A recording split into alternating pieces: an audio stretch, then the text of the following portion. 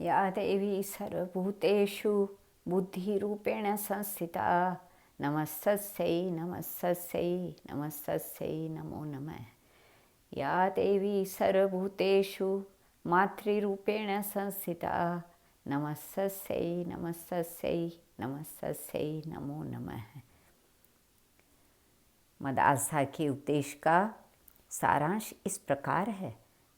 तू अपने उस चोले तथा इस देह रूपी चोले के जीर्ण शीर्ण होने पर मोह न करना। शुभाशुभ कर्मों के अनुसार यह देह प्राप्त हुआ है।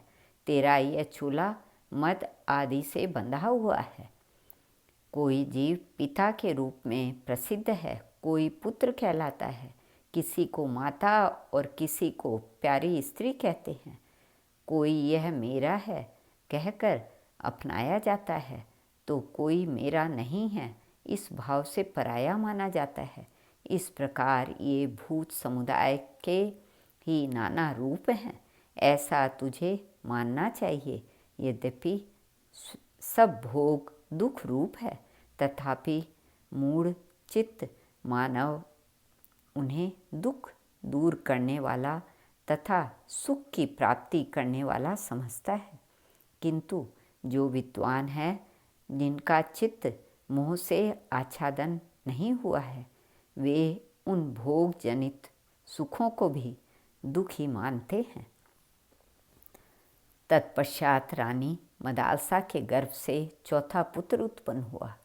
अब राजा उसका नामकरण करने चले तो उनकी दृष्टि मदालसा पर पड़ी। वह मंद मंद मुस्कुरा रही थी। राजा ने कहा, मैं नाम रखता हूँ तो तुम हंसती हो, अब इस पुत्र का नाम तुम ही रखो। मदालसा ने कहा, जैसी आपकी आज्ञा। आपके चौथे पुत्र का नाम मैं अलर्क रखती हूँ। अलर्क। यह अद्भुत नाम सुनकर राजा ठठाकर हंस पड़े और बोले, इसका क्या अर्थ है? मदालसा ने उत्तर दिया, सुनिए। नाम से आत्मा का कोई संबंध नहीं है। संसार का व्यवहार चलाने के लिए कोई सा नाम कल्पना करके रख लिया जाता है। वह संज्ञा मात्र है, उसका कोई अर्थ नहीं है। आपने भी जो नाम रखे हैं वे भी निरर्थक ही हैं। पहले विक्रांत इस नाम के अर्थ पर विचार कीजिए। विक्रांत का अर्थ है गति, जो एक स्थान से दूसरे स्थान पर जाता है, यही विक्रांत है। आत्मा सर्वत्र व्यापक है, उसका कहीं अपना आना जाना नहीं होता। अतः यह नाम आपके लिए निरर्थक तो है ही, स्वरूप के विपरीत भी है। आपने दूसरे पुत्र का नाम सुबाहु रखा। जब आत्मा निराकार है तो उसे बाँह कहाँ से आई? जब बाँह ही नहीं तो सुबाहु नाम रखना किसका असंगत है, कितना असंगत है। तीसरे पुत्र का नाम शत्रुमर्दन रखा गया। उसकी भी कोई सार्थकता नहीं दिखाई देती। सब शरीरों में एक ही आत्मा रम रहा है। ऐसी दशा में कौन किसका शत्रु है और कौन किसका मर्दन करने वाला है?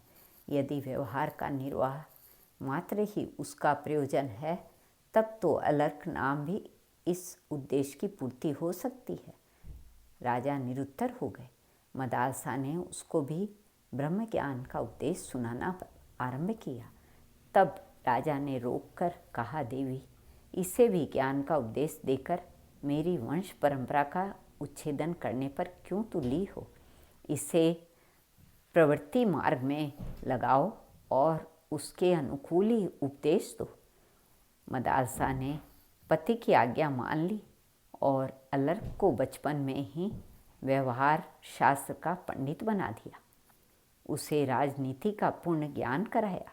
धर्म, अर्थ और काम तीनों शास्त्रों में यह प्रवीण बन गया।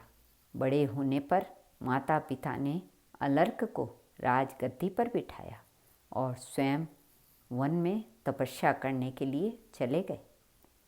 जाते समय मदालसा ने अलर्क को एक अंगूठी दी और कहा, जब तुम पर कोई संकट पड़े तो इस अंगूठी के छिद्र से उपदेश पत्र निकालकर पढ़ना और इसके अनुसार कार्य करना। अलर्क ने गंगा यमुना के संगम पर अपनी अलर्कपुरी नाम की राजधानी बनाई, जो आजकल अरेल के नाम से प्रसिद्ध है। कुछ काल में बाद अलर्क को भोगों में आसक्त देख उनके बड़े भाई सुबाहु ने काशीराज की सहायता से उन पर आक्रमण किया। अलर्क ने संकट जानकर माता का उपदेश पढ़ा। उसमें लिखा था, संग का सब प्रकार से त्याग करना चाहिए, आसक्ति का सब प्रकार से त्याग करना चाहिए, किंतु यदि उसका त्याग न किया जा सके तो सत्पुरुषों का संग करना चाहिए, क्योंकि सत्पुरुषों का संग ही उसकी औषधि है। कामना को सर्वथा छोड़ देना चाहिए, परंतु यदि वह छोड़ी न जा सके तो मोक्ष की इच्छा, मुमुक्षा के प्रति कामना करनी चाहिए, क्योंकि मुमुक्षा ही उस कामना को मिटाने की दवा है। इस उपदेश को अनेक बार पढ़कर राजा ने सोचा, मनुष्यों का कल्याण कैसे होगा? मुक्ति की इच्छा जागृत करने पर, और मुक्ति की इच्छा जागृत होगी सत्संग से। ऐसा विचार कर अलर्क ने महात्मा दत्तात्रेय जी की शरण ली और वहाँ ममता रहित विशुद्ध आत्मज्ञान का उपदेश पाकर वे सदा के लिए कृतार्थ हो गए। इस प्रकार महासती मदालसा ने अपने पुत्रों का उद्धार करके स्वयं भी पति के साथ परमात्म चिंतन में मन लगाया और थोड़े ही समय में मोक्ष स्वरूप परम पद प्राप्त किया। मदालसा अब इस लोक में नहीं, किंतु उसका नाम सदा के लिए अमर हो गया। श्री कृष्ण अर्पणमस्तु।